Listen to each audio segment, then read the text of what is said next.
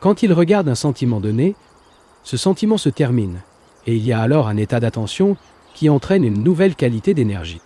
C'est ce que tu veux dire? Réponse. Quand il regarde un sentiment, l'important est de vérifier comment il l'observe. Suivez ceci, s'il vous plaît. Voyez-vous le sentiment comme quelque chose de séparé de vous?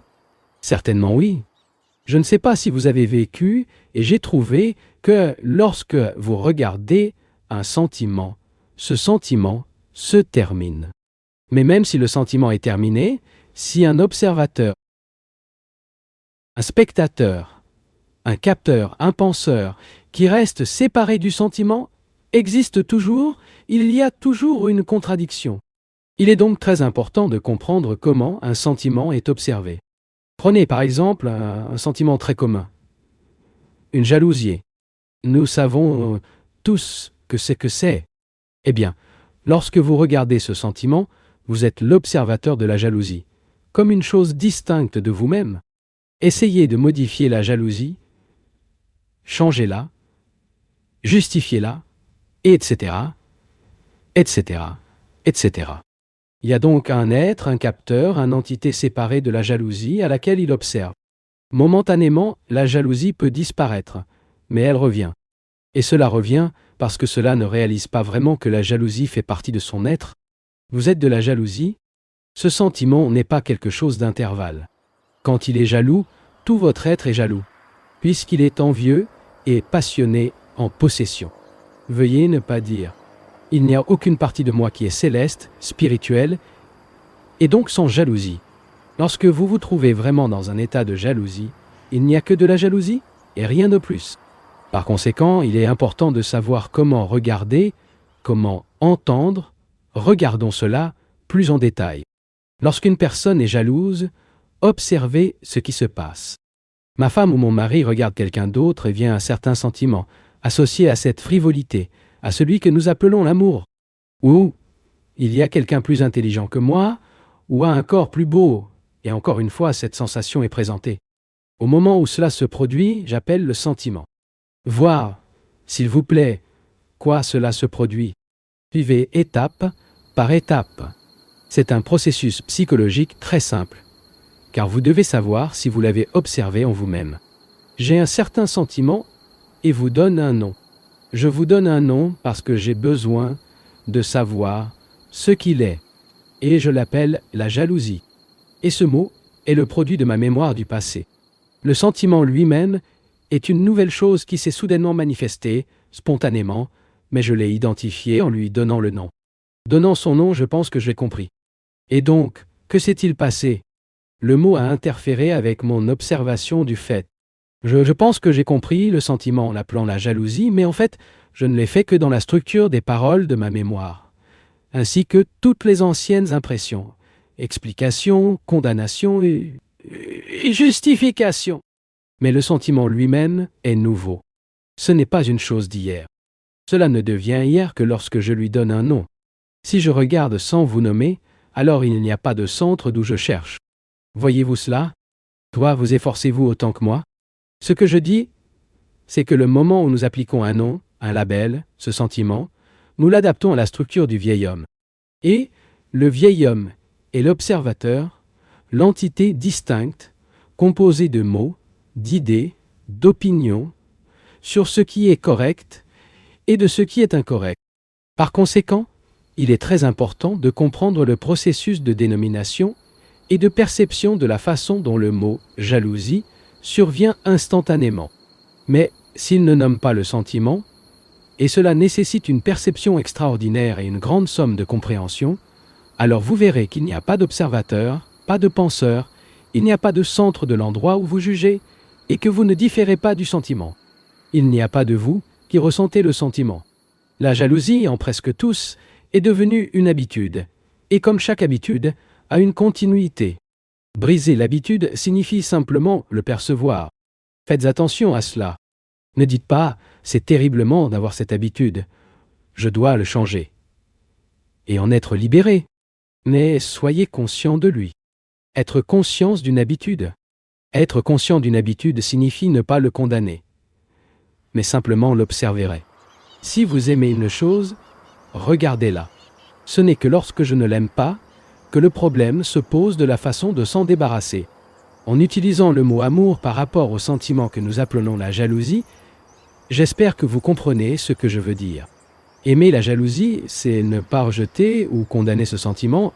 Ce n'est pas alors la séparation entre le sentiment et l'observateur. Dans cet état de perception totale, s'il s'approfondit sans mots, vous constaterez que vous avez éliminé ce sentiment généralement identifié avec le mot jalousien. Arrêtons-nous ici. Ce matin, nous parlions d'un sujet vraiment sérieux. Nous vivons dans un monde ambitieux de concurrence, le culte du succès, dans un monde où tant de gens veulent être célèbres, de devenir des écrivains, des peintres, des scientifiques, de grandes personnalités. Tous ces éléments vivent dans un état de conflit contradictoire et tendu. Cette tension produit certaines activités, et si la personne est dotée les aptitudes, peuvent devenir un écrivain ou un peintre à succès, un scientifique ou un politicien. Mais cet état tendu et contradictoire ne produit pas de clarté. Il ne fait que souffrir de l'impulsion de cette tension. Une personne peut aller à l'église, adorer Dieu, mais ça ne signifie rien. Dieu ne peut pas être trouvé lorsqu'il y a une tension, en cas de contradiction, mais seulement lorsque l'esprit est vide de toutes les formes d'idées, d'imagination, de contradiction et de conflit. Et dans ce vide, une grande beauté et une vitalité extraordinaire prévalente.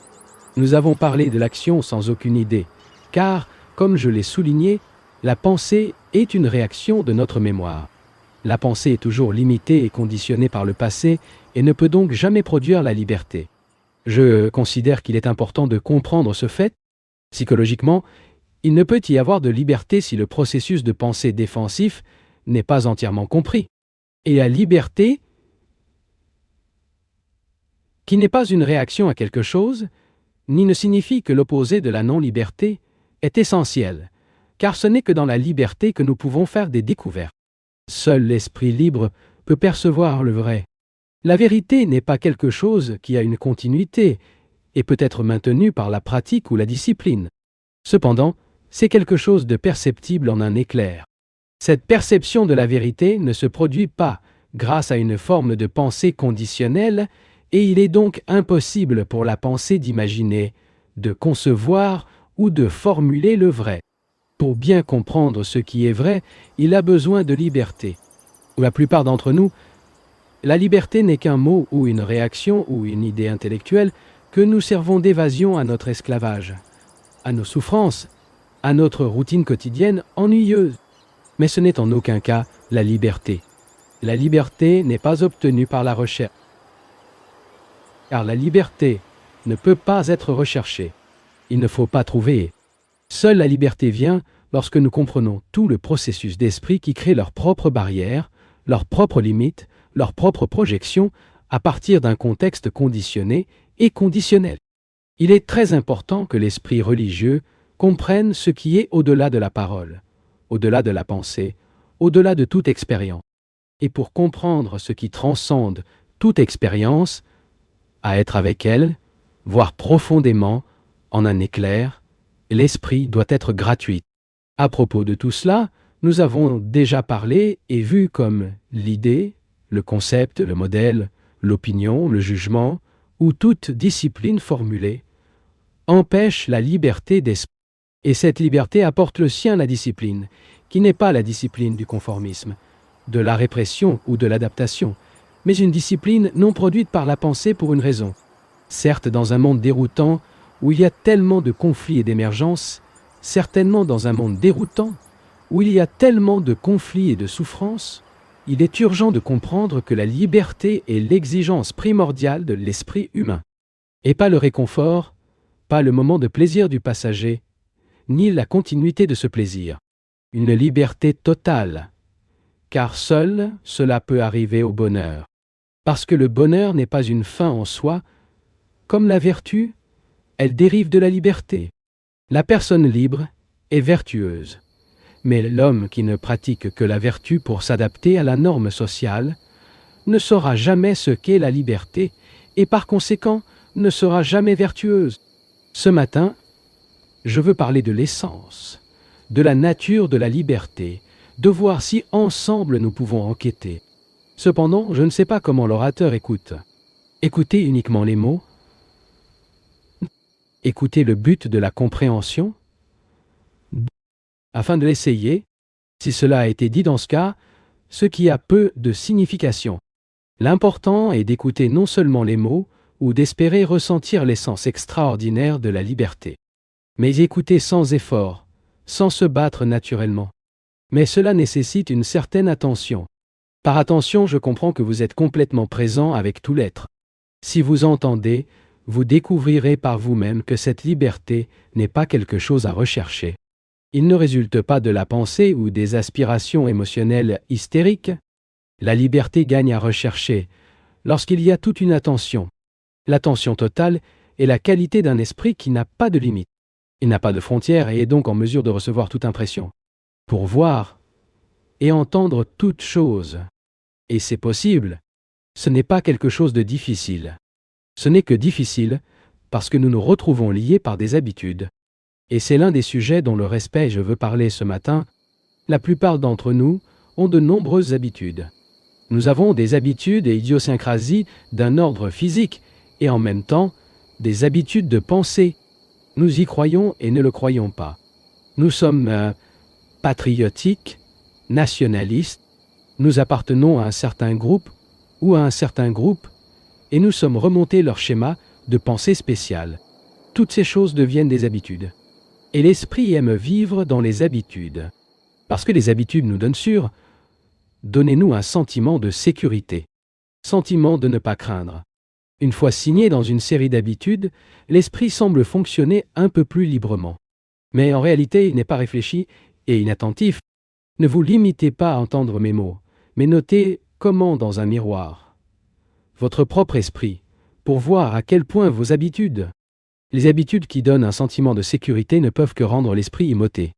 Aussi subtils que soient-ils, et que nous les connaissions ou non, ils obscurcissent invariablement l'esprit. C'est un fait psychologique. Que cela vous plaise ou non, c'est ce qui se passe. En partie à cause de notre éducation scolaire, en partie à cause de notre conditionnement que la société nous impose psychologiquement. Et aussi en raison de notre propre indolence, notre esprit travaille dans une série d'habitudes. Si nous n'approuvons pas une certaine habitude, que nous sommes conscients, nous avons du mal à le briser, et lorsque nous cassons une habitude, nous en formons un autre. Il ne semble pas y avoir de temps où nous sommes exempts de l'habitude. Si vous observez, vous verrez à quel point vous n'êtes pas difficile dans l'habitude. Considérez une habitude très simple, que beaucoup de gens ont pour fumer. Si vous fumez et que vous voulez abandonner la fumée, l'idée de l'abandonner crée une résistance contre le tabagisme. Par conséquent, il y a un conflit entre l'habitude et le désir de le briser. Maintenant, par conflit ou résistance, il peut éliminer une certaine habitude. Mais cela n'est pas seulement libéré du processus de formation des habitudes. Le mécanisme qui les crée ne cesse pas d'exister. Et je ne parle pas comment me débarrasser d'un particulier. Et je ne parle pas comment me débarrasser d'une certaine habitude. Mais nous cessons de créer des habitudes. Je ne sais pas si cela a été observé dans l'acte de fumer. En observant, je veux dire être conscient de chaque mouvement qui fait. Alors que votre main va à votre poche, enlève une cigarette, la met dans votre bouche, revient dans votre poche pour attraper les allumettes, allume la cigarette, et alors qu'elle tire une fumée, et jette le phosphore. L'important est de réaliser tout ce processus sans y résister, sans le rejeter, et sans vouloir en être libre. Être juste entier de chaque mouvement inhérent à cette habitude. Identiquement, vous pouvez être conscient de votre habitude d'envie, de l'habitude d'acquérir, de l'habitude de la peur. Ainsi, observant, vous pouvez voir ce qui est implicite dans cette habitude. Vous verrez instantanément tout ce que l'envie implique. Mais vous ne pouvez pas faire, si vous n'observez pas l'envie, entrer le temps de l'élément. Je vais expliquer ce que je veux dire. Nous pensons que nous pouvons nous libérer de l'envie progressivement et nous efforcer de le pousser peu, introduisant ainsi l'idée du temps. Nous disons « j'essaierai de me débarrasser de l'envie demain ou un peu plus tard ». Et entre les esprits, nous restons envieux. Les mots essayés et les parties prenantes sont temporels. Et lorsque le facteur de temps est introduit, il n'y a aucune possibilité de libération de l'habitude où nous nous préparons.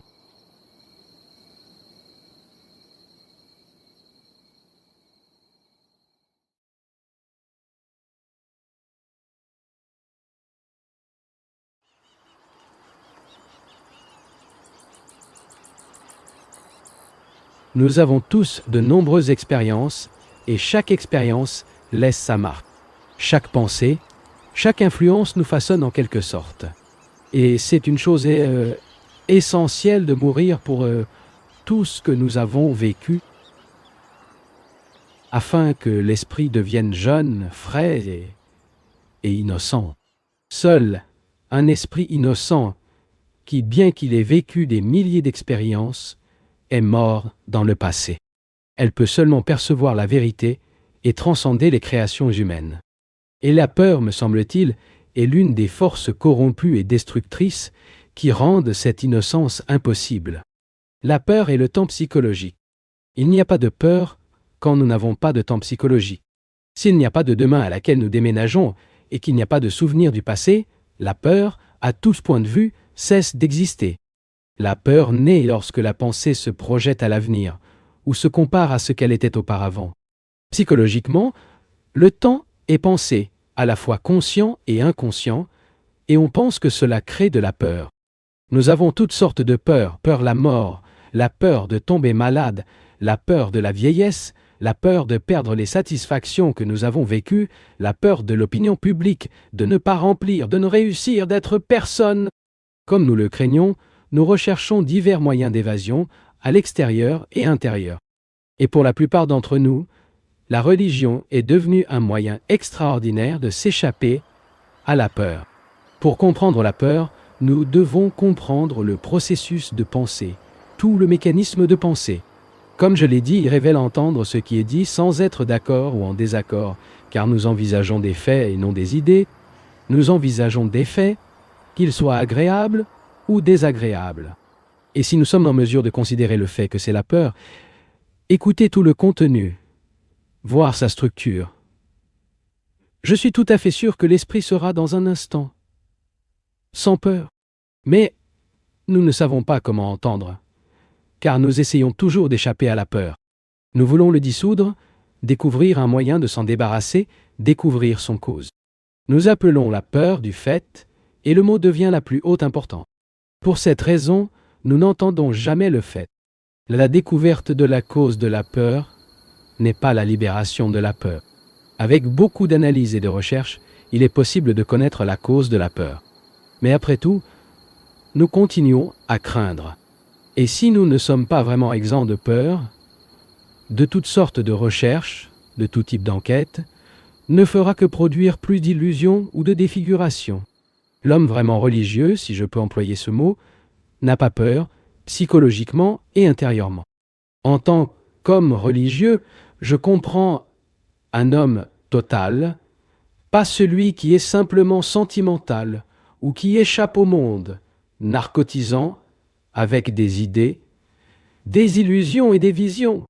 L'esprit d'un homme religieux est très calme, sain, rationnel, logique, et cet esprit dont nous avons besoin, et non d'un esprit sentimental, émotionnel et effrayant, enchevêtré dans son conditionnement spécial. Je souhaite, si possible, examiner cette question de peur de telle manière que, dans propre acte d'écoute, l'auditeur cesse de craindre. Comme vous le savez, nous voulons être libérés de peur pour toujours. Et il n'y a rien de tel, d'être libre pour toujours. Pour comprendre cela, il est nécessaire de comprendre la continuité. Ce qui continue une chose, agréable ou désagréable, c'est d'y penser. En pensant à une chose, nous continuons. Nous continuons la peur de penser à lui. Mais cela ne signifie pas que nous ne devons pas étudier le processus total de peur. Comme je l'ai dit, la peur est le temps, au sens psychologique, et le temps est pensé.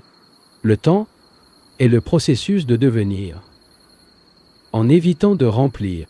Je suis ça et je veux être ça. Le temps est donc le facteur de la peur.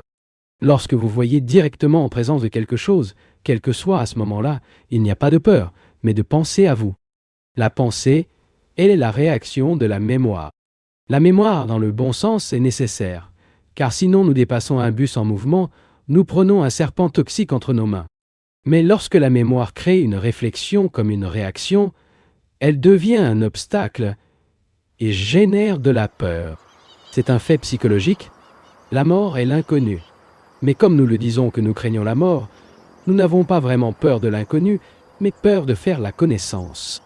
Laissons les choses que nous avons vécues, fluides et construites.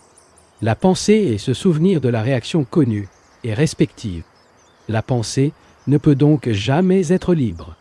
Il n'y a pas de liberté de penser, car la pensée est toujours conditionnée. C'est toujours une réaction de mémoire. Et pour être totalement exempt de peur, il est nécessaire de comprendre la formation de la mémoire comme une continuité. En tant que mécanicien, scientifique, ingénieur, etc., il a besoin de la continuité de la mémoire. Sinon, vous ne pourriez pas remplir vos fonctions.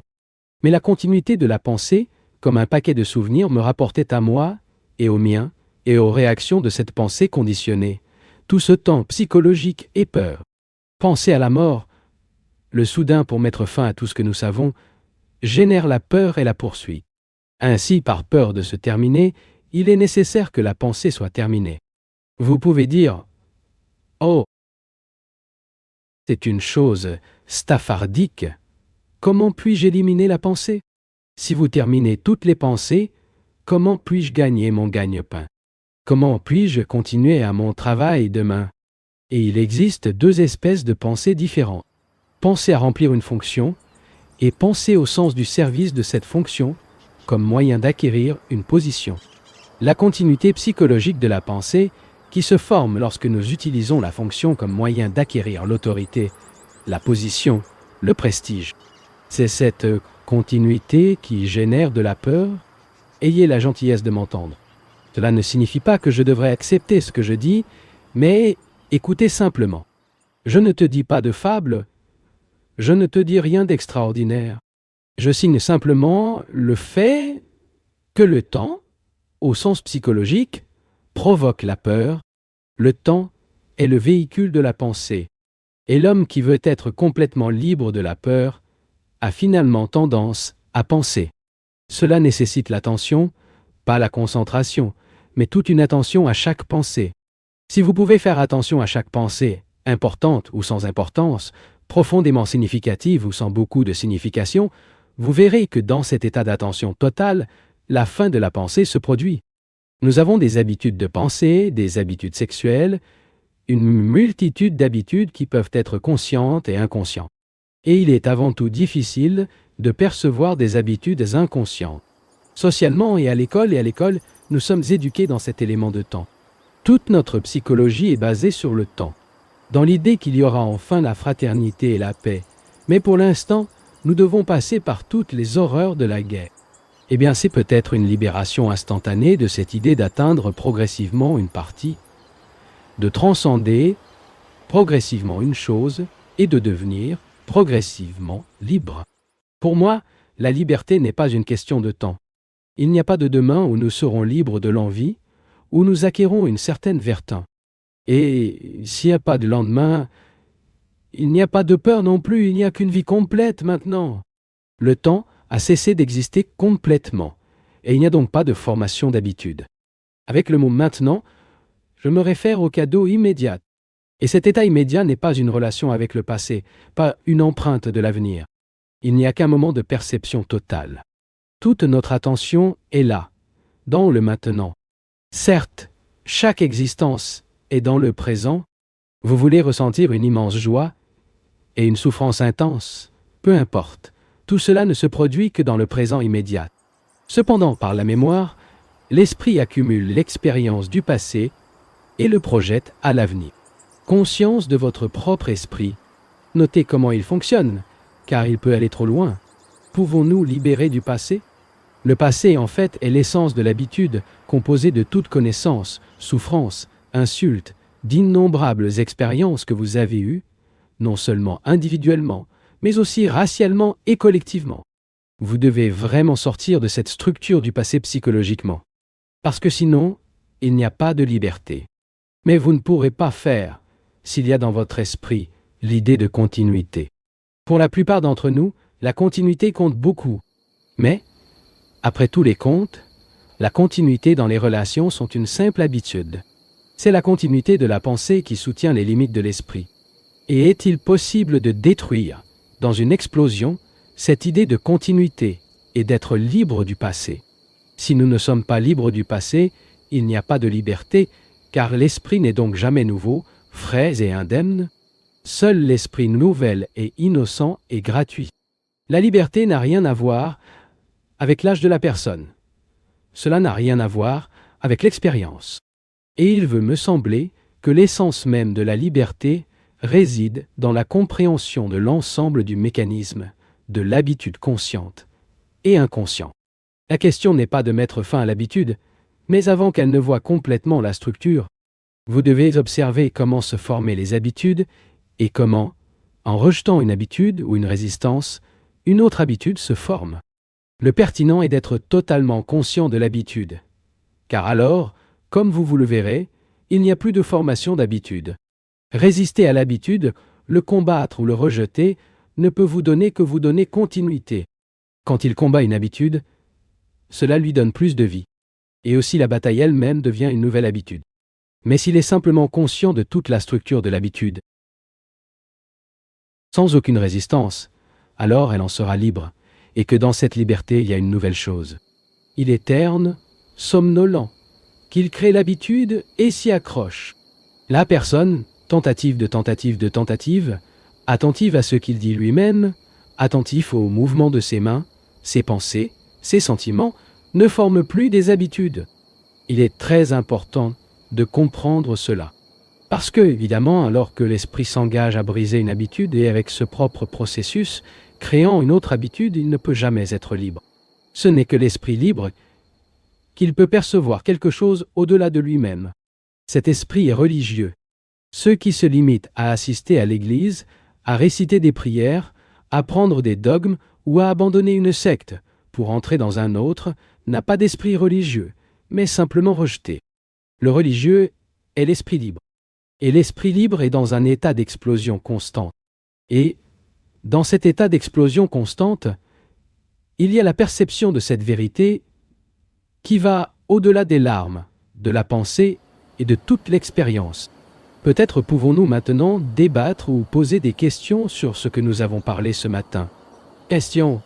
Pendant des siècles, l'esprit cherche sa propre conservation. Et vous dites que l'esprit qui cherche à vous protéger est incapable de voir le vrai. Peut-être que votre esprit différera de l'esprit de ceux qui vous entendent. Dans ce cas, que devons-nous faire? Religion. Nous le connaissons tous. Nous avons tous ce cerveau qui cherche la conservation elle-même. Et nous l'avons hérité du passé. Maintenant, selon les biologistes, l'arrière du cerveau constitue le cerveau animal et est très actif, tandis que la partie antérieure n'a pas encore de développement. Cela ne signifie pas que je lis la biologie, mais j'ai des amis qui le font et m'ont dit que la partie antérieure du cerveau n'est pas entièrement développée et que le cerveau humain devait devenir animal pour quelque chose de nouveau et de merveilleux. Mon désir est de souligner que pour réaliser tout l'esprit, qui inclut le cerveau limité, le temps n'est pas nécessaire, l'esprit intégral est quelque chose qui doit être compris. On ne peut pas spéculer sur vous, car ce n'est pas une simple idée religieuse, comme l'idée de Dieu, ou l'idée de l'âme, ou l'idée du ciel. Et nous pouvons sauter sur cet état d'esprit limité, qui est le produit du passé, et développer dans le temps, directement vers le intemporel, le complexe, le total. Est-il possible de passer de limited à unlimited? C'est la question. Je dis que c'est possible, mais cela devrait être en train de rompre avec le passé. Il est nécessaire que l'énergie extraordinaire dont je parle, et qui n'est pas le résultat de l'ajustement, de la résistance et des conflits. La personne doit être pleine de ses propres instincts animaux, conscient de la peur, de l'ambition, des recherches inspirées du désir. Il est nécessaire de prêter toute l'attention à tout cela. Il est ainsi découvert que le temps, en tant que facteur d'évolution, cesse d'exister. Je ne dis pas qu'il n'y a pas d'évolution, car en fait là-bas, mais vous aurez dépassé les frontières du temps. Le temps ne sera plus un moyen d'atteindre une partie, un moyen d'atteindre progressivement le sublime, la plus haute forme de création. Lorsque cet accomplissement explosif de l'attention totale est vérifié, le cerveau, toujours très actif, dans l'empressement à acquérir, devient silencieux. Cette immobilité est nécessaire pour surmonter le processus de temps.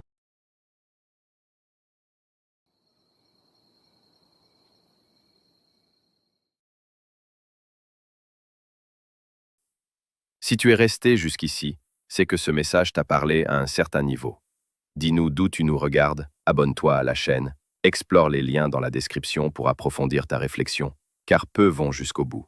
Merci, une grande accolade et à la prochaine vidéo.